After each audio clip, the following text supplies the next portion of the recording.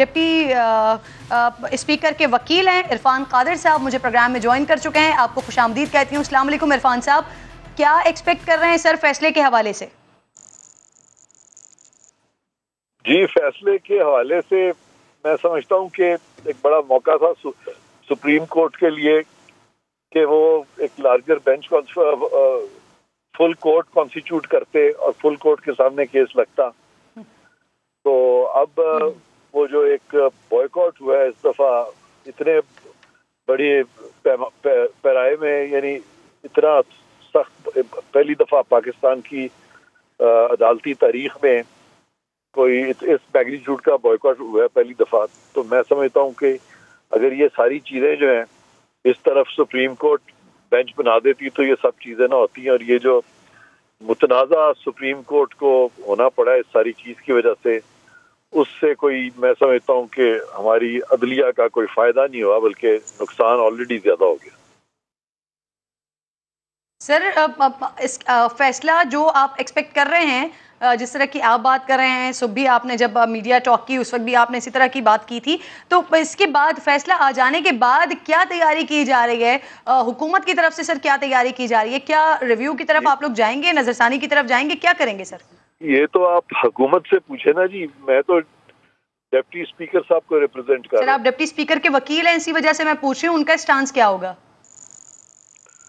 उनसे तो मैं फैसला आएगा तो बात करूंगा ना जी, या वो मुझसे बात करेंगे। अजहर सिद्दीक साहब भी मेरे साथ मौजूद हैं, पाकिस्तान तहरीक इंसाफ के वकील हैं, और गो के इस केस में पर्टिकुलरली रिप्रेजेंट नहीं कर रहे हैं, लेकिन पाकिस्तान तहरीक इंसाफ की तरफ से केसेस को देखते हैं। अजहर साहब बहुत बहुत शुक्रिया। अस्सलाम वालेकुम सर, क्या एक्सपेक्ट कर रही है PTI इस वक्त?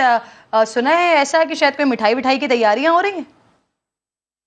बहुत शुक्रिया। इसमें प्रेजेंट कर रहा हूँ, 2 हियरिंग आ चुके। मैं इस्लामाबाद में नहीं था, मैं लाहौर से सारी प्रोसीडिंग मैंने वीडियो लिंक के जरिए ज्वाइन की है। अकेला ही वकील था, बाकी किसी को तो दाखिल नहीं हो दिया। ये हमारे वकीलों में एक आम सी बात है, जब हमारा केस ना हो ना मेरिट पे, तो हम धमकियां देते हैं, बाइकआउट करने की बात कर रहे हैं। मैंने सारी प्रोसीडिंग देखी है और मुझे दुख और अफसोस है, खास तौर पर मौजूदा हुकूमत का, वजीर कानून का, फारूक एच नाइक के हवाले से देखा जाए कि किस तरह की जुबान इरफान कादर ने इस्तेमाल की, और किसी ने भी उठ के उनके रोका, उन्हें मना नहीं किया। तारीख लिखी जा रही है और आप मेरिट पे रोका किसी ने आपको? यानी इन्होंने मुतालबा है फुल कोर्ट बनाने का। पाकिस्तानी तारीख में फुल कोर्ट आज तक कितने बने हैं?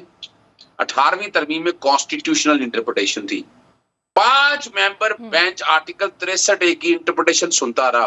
वो कौन सा बेंच था जिसने वोट ऑफ नो कॉन्फिडेंस के केस को सुना? जरा बात को समझिएगा।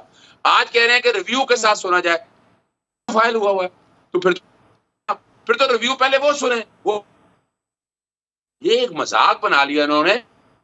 सिंपल सा इशू है कि 63A की इंटरप्रिटेशन 17 मई को, और बड़ी वजाहत के साथ प्राइमरी का बच्चा भी पढ़ सकता है कि 63A में क्या मानी करना है 3 शक्लों में, 3 वोट ऑफ कॉन्फिडेंस नो, और खास तौर पर मनी बिल के हवाले से नहीं डालते तो पार्लियामेंट अपना पार्टी हेड है कि वो डिफेक्शन के लिए वहां चला जाए।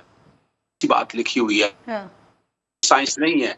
इस केस चौधरी परवेज लाई या PMLQ ने 2 बाकायदा चौधरी परवेज लाई को कैंडिडेट दिया। पहला इलेक्शन आया 16 अप्रैल को, ये सेकंड रन है। आज मैं तो देख रहा हूं कि अपना हमजा शरीफ वज़ारत आला से फारग हो जाएंगे, तो ये गैर कानूनी, यानी एक दिन के लिए भी आईनी वजीर आज़म नहीं रहेंगे, ये वजीर आला नहीं रहेंगे, क्योंकि सेकंड रन था। सेकंड रन में आके कहें कि जनाब पार्टी लीडर में, पार्टी लीडर डायरेक्शन दे, इनकी पहली जो डायरेक्शन है वो भी पार्लियामेंट पार्टी ने दी हुई है और उसमें कोई नहीं। फिर जिस बेस पे ये करते रहे, PLD 2015 का केस है, 18वीं तरमीम में आर्टिकल 63A की वायरिस चैलेंज हुई थी और वहां डिक्लेयर हो गया कि वो बिल्कुल ये एक्सपेक्ट कर रहे हैं कि आज हमजा शहबाज साहब की वजारत आला जाएगी, जो कि एक ट्रस्टी वजीर आला के तौर पर अपने ओहदे को संभाले हुए हैं, और परवेज इलाही साहब के पास वजारत आला आ जाएगी। और सर फिर ये वर्किंग रिलेशन कैसा होगा पाकिस्तान तहरीक इंसाफ के साथ, क्योंकि पिछले 3.5 साल का जो एक एक्सपीरियंस है वो तो अच्छा नहीं है। अच्छा देखिए, ये आपको तारीखी तौर पर बता दूं, ये पहले होता रहा है। पाकिस्तान मुस्लिम लीग नून की वफाक पंजाब में हुकूमत थी, पाकिस्तान पीपल्स पार्टी की वफाक की हुकूमत थी, उस वक्त अब गवर्नर रूल लगाने की कोशिश की थी आप लोग और हम सब के सामने है, इश्यू वर्किंग नेशन का नहीं है।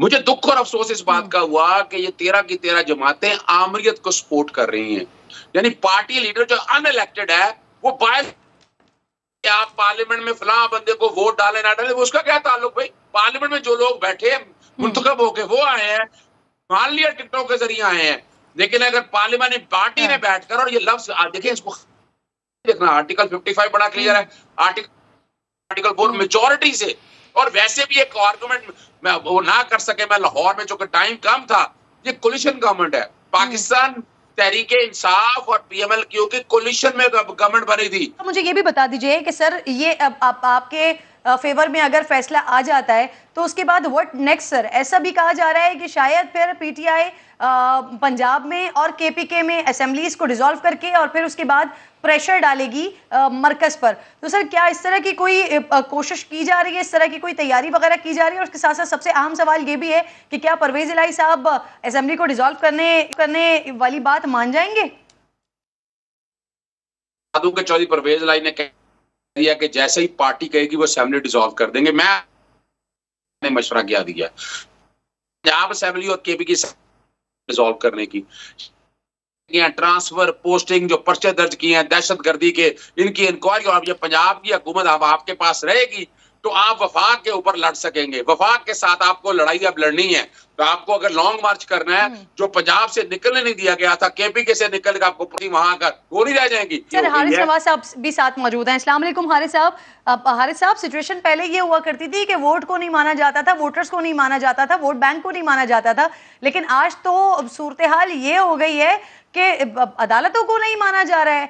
आपके अपने हक में अगर कोई बात नहीं हो रही है तो बॉयकॉट तक बातें आ रही हैं sir.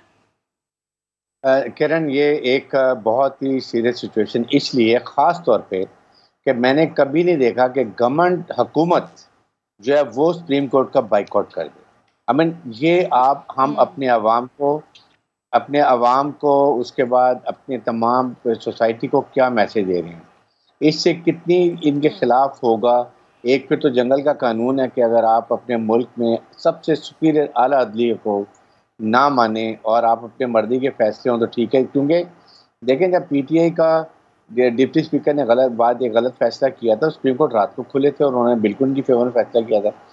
So we should trust ये अदलिया, और ये बहुत ज़रूरी है, चाहे वो अपोजिशन हो चाहे वो गवर्नमेंट हो, everybody has to respect superior judiciary. जब केस चला जाता है उसके बाद उन पर छोड़ दे, लेकिन ये मैंने कभी नहीं देखा कि तमाम उनके जितने जजेज हैं, वो जो हैं लॉयर्स हैं, वो कहेंगे हमें मना कर देंगे केस को पैरवी करने के लिए।